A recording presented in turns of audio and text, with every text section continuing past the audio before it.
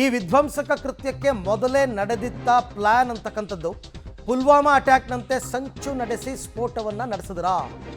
ಸ್ಫೋಟಗೊಂಡ ಕಾರಿನಲ್ಲಿದ್ದ ಶಂಕಿತ ಉಗ್ರ ಮೊಹಮ್ಮದ್ ಉಮರ್. ಸ್ಫೋಟಗೊಂಡ I-20 ಕಾರ್ನಲ್ಲಿ ಉಗ್ರ ಉಮರ್ ಕೂತಿದ್ದ ಅಂತಕ್ಕಂಥದ್ದು ಗೊತ್ತಾಗಿದೆ. ಅಂದರೆ ಮೊದಲೇ ಪ್ಲಾನ್. ಹೌದು, ಈಗ ಇದೇನಾದರೂ ಉಗ್ರ ಕೃತ್ಯ ಅಂತ ಆದರೆ ಅದು ಪ್ರೀ ಪ್ಲ್ಯಾಂಡೇ. ಅದು ನಿಮಗೆ ಸ್ಫೋಟಕಗಳನ್ನು ಕಾರಿನಲ್ಲಿ ತುಂಬಿಸ್ಕೊಂಡು ಬಂದು ಜನನಿಬಿಡ ಪ್ರದೇಶದಲ್ಲಿ ಸ್ಫೋಟ ಮಾಡ್ತಾರೆ ಅಂತಂದರೆ it is nothing but Pulwama attack. Pulwama attack ಹೇಗಾಯಿತು ಅದೇ ರೀತಿಯಲ್ಲೇ ಆಗಿದೆ. ಅಲ್ಲಿ ಸೈನಿಕರನ್ನ ಟಾರ್ಗೆಟ್ ಮಾಡಿದ್ರು, ಇಲ್ಲಿ ಪಬ್ಲಿಕ್ಸನ್ನು ಟಾರ್ಗೆಟ್ ಮಾಡಿದ್ದಾರೆ ಅಷ್ಟೇ, ಬೇರೆ ಇನ್ನೇನೂ ಅಲ್ಲ. ಬಟ್ ಇಷ್ಟೊತ್ತಿಗಾಗಲೇ ಯಾವುದಾದ್ರೂ ಒಂದು ಸಂಘಟನೆ ಈ ಕೃತ್ಯದ ಹೊಣೆ ಹೊರಬೇಕಾಗಿತ್ತು. ಜೈಷ್ ಎ ಮೊಹಮ್ಮದ್ ಅವರೋ ಲಷ್ಕರ್ ಎ ತೊಯ್ಬಾದವರೋ ಯಾರೋ ಒಬ್ಬರು ಹೊರಬೇಕಾಗಿತ್ತು. ಬಟ್ ಇಲ್ಲಿ ತನಕ ಅದೇನು ಆ ಥರದ ಮಾಹಿತಿ ಬಂದಿಲ್ಲ. ಸೊ ಪುಲ್ವಾಮಾ ಅಟ್ಯಾಕ್ ರೀತಿಯಲ್ಲೇ ಸಂಚು ನಡೆಸಿ ಈ ಸ್ಫೋಟವನ್ನು ನಡೆಸಿದ್ದಾರೆ. ಇದು ಪ್ರೀ ಪ್ಲ್ಯಾಂಡ್. ಇದು CNG ಆಕಸ್ಮಿಕವಾಗಿ ಸ್ಫೋಟ ಆಗಿರ್ತಕ್ಕಂಥದ್ದಲ್ಲ. ನಿಮಗೆ ಸ್ಥಳದಲ್ಲಿ ಸಿಗುವಂತಹ ಅವಶೇಷಗಳನ್ನು ಎಲ್ಲ ತಪಾಸಣೆಗೆ ಒಳಪಡಿಸಿದಾಗ ಸ್ಫೋಟಕ ಏನು ಅಂತ ಗೊತ್ತಾಗುತ್ತೆ. ಸ್ಫೋಟಕ ಅಮೋನಿಯಂ ನೈಟ್ರೇಟ್ ಸಿಕ್ಕಿದೆ ಅಂತಂದಮೇಲೆ ಅದು ಉದ್ದೇಶಪೂರ್ವಕ ಅಂತಲೇ ಆಯಿತು, ಬೇರೆ ಇನ್ನೇನೂ ಅಲ್ಲ. ಅಥವಾ ಇನ್ನೊಂದು ಲೀಡ್ ಸಿಗ್ಬೋದು, ಇದನ್ನು ಇನ್ಯಾವುದೋ ಜಾಗಕ್ಕೆ ಒಯ್ತಾ ಇದ್ದವರು ಬೈ ಮಿಸ್ ಇಲ್ಲಿ ಅದು ಸ್ಫೋಟಗೊಂಡಿರಬಹುದು. ಬಟ್ ಅವರ ಉದ್ದೇಶ ಅಂತೂ ಈಡೇರ್ತು, ಭಯೋತ್ಪಾದನೆ ಸೃಷ್ಟಿಯಾಯಿತು, ಅಮಾಯಕರ ಪ್ರಾಣ ಹೋಯಿತು. ಅವರ ಉದ್ದೇಶನೇ ಅದು ತಾನೆ. ಯಾವಾಗಲೂ ಕೂಡ ಈ ಭಯೋತ್ಪಾದಕರ ಉದ್ದೇಶನೇ ಭಯವನ್ನು ಉಂಟು ಮಾಡ್ತಕ್ಕಂಥದ್ದು ಮತ್ತು ವಿಧ್ವಂಸಕ ಕೃತ್ಯಗಳನ್ನ ನಡೆಸ್ತಕ್ಕಂಥದ್ದು. ಅದರಲ್ಲಿ ಅವರು ಸಕ್ಸಸ್ ಆಗಿದ್ದಾರೆ. ಸೊ ಹಾಗಾಗಿ ಗುಪ್ತಚರ ಇಲಾಖೆಯವರು ಏನು ಮಾಡ್ತಾ ಇದ್ದರು, ಇದು ಪ್ರಶ್ನೆ. ರಾಷ್ಟ್ರ ರಾಜಧಾನಿಯಲ್ಲೇ ಬಾಂಬ್ ಸ್ಫೋಟ ಮಾಡ್ತಾರೆ, ಜನನಿಬಿಡ ಪ್ರದೇಶ ಕೆಂಪುಕೋಟೆಯ ಬಳಿ ಅಂತಂದರೆ ಹೈ ಸೆಕ್ಯೂರಿಟಿ ಝೋನ್ ಅವೆಲ್ಲ. ಆ ಹೈ ಸೆಕ್ಯೂರಿಟಿ ಝೋನ್ನಲ್ಲೇ ಹೀಗಾಗುತ್ತೆ ಅಂತಂದರೆ ಅರ್ಥ ಏನು? ಈಗಾಗಲೇ ಒಂದು 12-13 ಜನ ಶಂಕಿತರನ್ನು ವಶಕ್ಕೆ ಪಡೆದು ವಿಚಾರಣೆ ಮಾಡ್ತಾ ಇದ್ದಾರೆ. ಸಾಯಂಕಾಲದ ವೇಳೆಗೆ ನನ್ನ ಪ್ರಕಾರ ಹೌದು ಯಾವುದಾದ್ರೂ ಒಂದು ದೊಡ್ಡ ಲೀಡು ಈ ಪ್ರಕರಣದಲ್ಲಿ ಸಿಗ್ತಕ್ಕಂಥ ಸಾಧ್ಯತೆ ಇದೆ.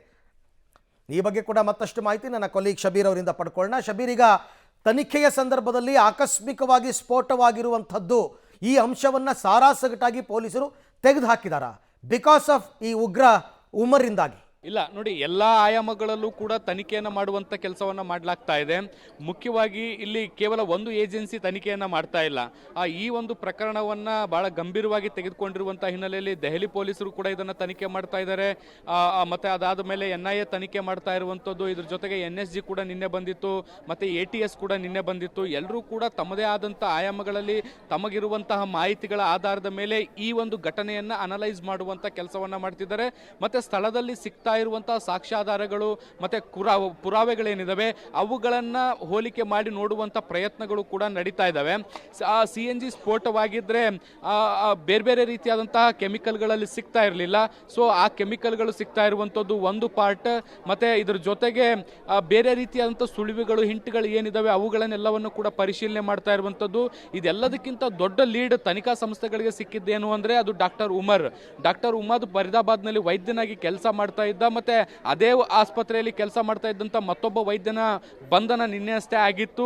ಸೊ ಆ ಘಟನೆಯ ಬೆನ್ನಲ್ಲೇ ಈ ಒಂದು ದಾಳಿ ನಡೆದಿರುವಂಥದ್ದು ಅಥವಾ ಈ ಒಂದು ಸ್ಫೋಟ ನಡೆದಿರುವಂಥದ್ದು ಏನಿದೆ ಸಾಕಷ್ಟು ಅನುಮಾನಗಳನ್ನು ಹುಟ್ಟುಹಾಕಿರುವಂಥದ್ದು. ಮತ್ತು ಇದು ಭಯೋತ್ಪಾದಕ ಸ್ಫೋಟ ಆಗಿರಬಹುದು ಅನ್ನೋದಕ್ಕೆ ದೊಡ್ಡ ಲೀಡ್ ಸಿಕ್ಕಿರುವಂಥದ್ದು. ಹೀಗಾಗಿ ಹೆಚ್ಚು ಇದರ ಮೇಲೆ ಕೇಂದ್ರೀಕರಿಸಿ ತನಿಖೆ ಮಾಡುವಂಥ ಕೆಲಸಗಳು ಆಗ್ತಾ ಇದ್ದಾವೆ. ಅದರ ಜೊತೆಗೆ ಏನು ಇದರ ಜೊತೆಯಾಗಿ ಇದೊಂದು ನ್ಯಾಚುರಲ್ ದಾಳಿ ಇದೊಂದು ಆಕಸ್ಮಿಕ ಬೆಂಕಿ ಅಪಘಾತವ ಅಥವಾ ಸಿಲಿಂಡರ್ ಸ್ಫೋಟ ಆಗಿದ್ದ ಅನ್ನುವಂಥದ್ರ ಬಗ್ಗೆಯೂ ಕೂಡ ಪರಿಶೀಲನೆಗಳು ನಡೀತಾ ಇದ್ದಾವೆ.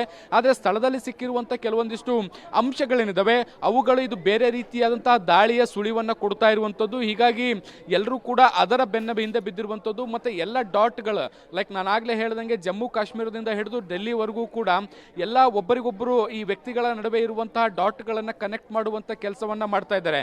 ಇವತ್ತು ಸಂಜೆ ಅಷ್ಟೊತ್ತಿಗೆ FSL ವರದಿಗಳು ಕೂಡ ಬರ್ತವೆ. FSL ವರದಿ ಬಂದ ಬಳಿಕ ಈ ಎಲ್ಲ ಪುರಾವೆಗಳು ಅಧಿಕೃತವಾಗ್ತವೆ, ಅದಕ್ಕೆ ಹೋಲಿಕೆ ಮಾಡಿ ನೋಡುವಂಥ ಕೆಲಸಗಳು ಕೂಡ ಆಗ್ತವೆ. ಅದಾದ ಬಳಿಕವಷ್ಟೇ ಇದೊಂದು ಭಯೋತ್ಪಾದಕ ದಾಳಿಯ ಅನ್ನುವಂಥ ಕನ್ಕ್ಲೂಷನ್ಗೆ ಬರುವಂತಹ ಸಾಧ್ಯತೆಗಳನ್ನು ಕೂಡ ನಿರೀಕ್ಷೆ ಮಾಡ್ಬೋದು. ಸೊ ಆ ನಿಟ್ಟಿನಲ್ಲಿ ನಾವು ಈಗ ಲ್ಯಾಬ್ಗಳಿಗೆ ಏನು ವರದಿ ಸ್ಯಾಂಪಲ್ಸ್ ಹೋಗಿದ್ದಾವೆ ಅವುಗಳ ವರದಿ ಬರೋ ತನಕನೂ ಕೂಡ ನಾವು ಕಾಯ್ಬೇಕಾಗತ್ತೆ. ಅರವಿಂದ್, ಯಾವುದಾದ್ರೂ ಭಯೋತ್ಪಾದಕ ಸಂಘಟನೆ ಈ ದಾಳಿಯ ಹೊಣೆಯನ್ನು ಹೊತ್ಕೊಂಡಿದೆಯಾ ಅಂತ ಅಂದ್ಬಿಟ್ಟು ಶಬೀರ್? ಅರವಿಂದ, ಈವರೆಗೂ ಕೂಡ ಯಾವುದೇ ಭಯೋತ್ಪಾದಕ ಸಂಘಟನೆ ಈ ದಾಳಿಯ ಹೊಣೆಯನ್ನು ಹೊತ್ಕೊಂಡಿಲ್ಲ. ಯಾವುದೇ ಆ ರೀತಿಯಾದಂಥ ಮಾಹಿತಿಗಳು ಕೂಡ ಬಂದಿಲ್ಲ. ಹೀಗಾಗಿ ಸಾಕಷ್ಟು ಗೊಂದಲ ಈವರೆಗೂ ಕೂಡ ಬಂದಿರುವಂಥದ್ದು. ಒಂದು ವೇಳೆ ಈ ರೀತಿಯಾದಂಥ ಹೊಣೆಯನ್ನು ಹೊತ್ತಿದ್ರೆ ಇದು ಬಹಳ ಸ್ಪಷ್ಟವಾಗಿ ಗೊತ್ತಾಗ್ತಾ ಇತ್ತು, ಇದೊಂದು ಭಯೋತ್ಪಾದಕ ದಾಳಿ ಅನ್ನುವಂಥದ್ದು. ಸ್ಫೋಟ ಸಂಭವಿಸಿ 13-14 ಗಂಟೆಗಳು ಕಳೀತಾ ಬಂತು. ಈವರೆಗೂ ಕೂಡ ಯಾವುದೇ ಭಯೋತ್ಪಾದಕ ಸಂಘಟನೆ ಇದರ ಹೊಣೆಯನ್ನು ಹೊತ್ಕೊಂಡಿಲ್ಲ. ಹಾಗಾಗಿ ಈ ಸ್ಫೋಟದ ಹಿಂದಿನ ಕೈವಾಡ ಯಾರ್ದು ಅಥವಾ ಈ ಸ್ಫೋಟ ಹೇಗಾಯಿತು ಅನ್ನುವಂತಹ ಕಾರಣವನ್ನು ಹುಡುಕುವಂಥ ಪ್ರಯತ್ನಗಳನ್ನು ನಿರಂತರವಾಗಿ ಭದ್ರತಾ ಸಂಸ್ಥೆಗಳು ಮಾಡ್ತಾ ಇರುವಂಥದ್ದು. ಒಂದು ವೇಳೆ ಈ ರೀತಿಯಾದಂಥ ಹೊಣೆಯನ್ನು ಹೊತ್ಕೊಂಡಂಥ ಸಂದರ್ಭದಲ್ಲಿ ಆ ಆ್ಯಂಗಲ್ನಲ್ಲಿ ನೇರವಾಗಿ ತನಿಖೆಗೆ ಇಳಿಬೋದು. ಆದರೆ ಆ ಒಂದು ಸ್ಪಷ್ಟತೆ ಇಲ್ಲದೆ ಇರುವಂಥ ಹಿನ್ನೆಲೆಯಲ್ಲಿ ಎಲ್ಲ ಆಯಾಮದಲ್ಲೂ ಕೂಡ ಸದ್ಯಕ್ಕೆ ಪೊಲೀಸರು ಮತ್ತು ತನಿಖಾ ಸಂಸ್ಥೆಗಳು ಅದೇನು ಒಂದು ವಿಶ್ಲೇಷಣೆಯನ್ನು ಮಾಡ್ತಾ ಇರುವಂಥದ್ದು ಮತ್ತು ತನಿಖೆಯನ್ನು ಮಾಡುವಂಥ ಕೆಲಸವನ್ನು ಕೂಡ ಮುಂದುವರಿಸಲಾಗ್ತಾ ಇದೆ. ಹಾಗೆ ಸಂಪರ್ಕದಲ್ಲಿರಿ ಶಬೀರ್, ನಿಮ್ಮ ಜೊತೆ ಮತ್ತೆ ಮಾತನಾಡ್ತೀನಿ. ದೆಹಲಿಯ ಕೆಂಪುಕೋಟೆಯಲ್ಲಿ ಭೀಕರ ಸ್ಫೋಟ ಸಂಭವಿಸಿದೆ. ಆತ್ಮಾಹುತಿ ದಾಳಿಯಿಂದ ಸ್ಫೋಟವಾಗಿರುವ ಶಂಕೆ ಈಗ ವ್ಯಕ್ತವಾಗ್ತಾ ಇದೆ.